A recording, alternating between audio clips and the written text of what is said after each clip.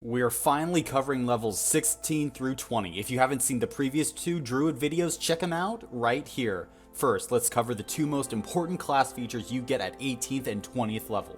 Beast spells. You're basically just a Disney character at this point. You're a magic talking animal that is surprisingly powerful. With beast spells, there is no reason to not be in your wild shape when combat starts. Be something completely stupid like a fly or a badger or perhaps even a gecko. I don't care. With beast spells, you can cast any spell without material components as normal while you're in your wild shape. You are going to give a poor group of goblins flashbacks when you drop a firestorm on their asses as an ant. Oh wait, is that a human rights violation? I think it's a human rights violation. And yes, goblins are humanoids and they do have rights. But let's talk about Archdruid. This is without a doubt the most powerful class feature in 5th edition. I'm serious. I don't think you can lose a fight, like with no homebrew at least, with an Archdruid in your party. Heck, I'll bet that a single Archdruid can beat a Tarask in 5th edition. Any Druid subclass too. One-on-one fight, Archdruid wins. Hey, you're just gonna use the dirt AC, right? Yeah, what about it? I love me some dirt.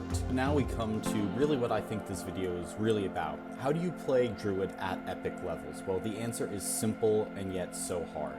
It is to be adaptable. Honestly, at epic level play, who knows what you're going to be facing? You are planar heroes at this point. But Druids are uniquely capable in dealing with those threats. You have every single tool in the Druid arsenal.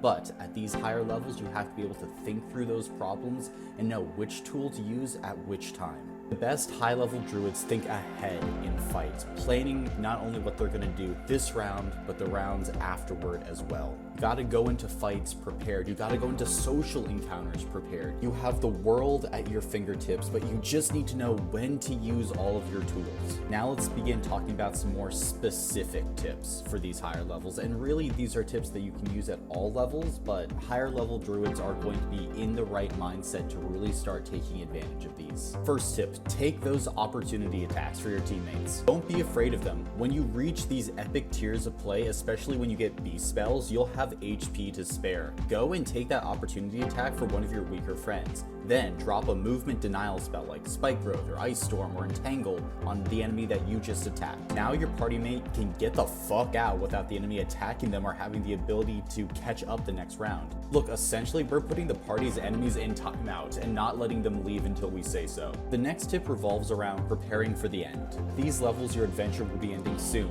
It is time to start thinking about retirement and what will come next for your Druid. If you don't know where to start, try making a Druid grove in a place that is special to your character. I find that knowing where your Druid will live out their days helps me understand what their retirement will be like.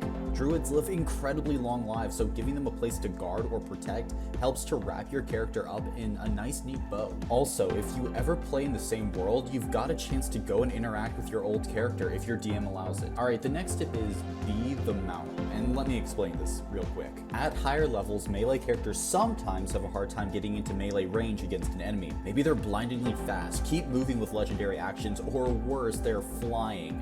Great news though, you have access to wild shapes. Become a warhorse and run the fighter 60 feet towards the lich, or become a giant eagle to fly your barbarian up to fight an ancient dragon.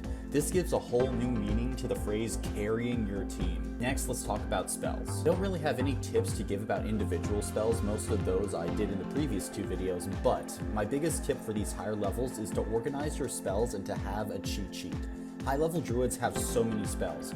Even for an experienced Druid player, it can be overwhelming. Write up a cheat sheet to help you in the middle of combat. It will save you a lot of time and will help to not bog down combat in these epic tiers. I should note that a cheat sheet is different from a loadout, which I mentioned in the first Druid video. A cheat sheet gives you a bunch of spells, what they do, and maybe certain situations for when you want to use said spells. Maybe you need single target damage, and so you're going to look through your cheat sheet to find out, okay, what spells do I have are good for single target damage and what secondary effects can I use? Or maybe your cheat sheet talks about specifically what spells to use when you're fighting a specific enemy. For instance, if you're fighting a dragon, maybe on the cheat sheet you write use Earthbind. This is so that it reminds you to use the spell to make sure that dragon cannot fly. Because in the middle of combat, you might forget about Earthbind in favor of, say, a damaging spell, when really Earthbind would have been better. Speaking of just better spells, the one spell I do want to talk about is Foresight, or the Druid's Ace. This is one of the best 9th level spells, period. Cast this on yourself or another member of your party, preferably one that is a frontline character. Getting advantage and giving disadvantage means a lot more to them than, say, a bard or a wizard. I promise you, this is one of the most impactful spells you can ever use in 5th edition.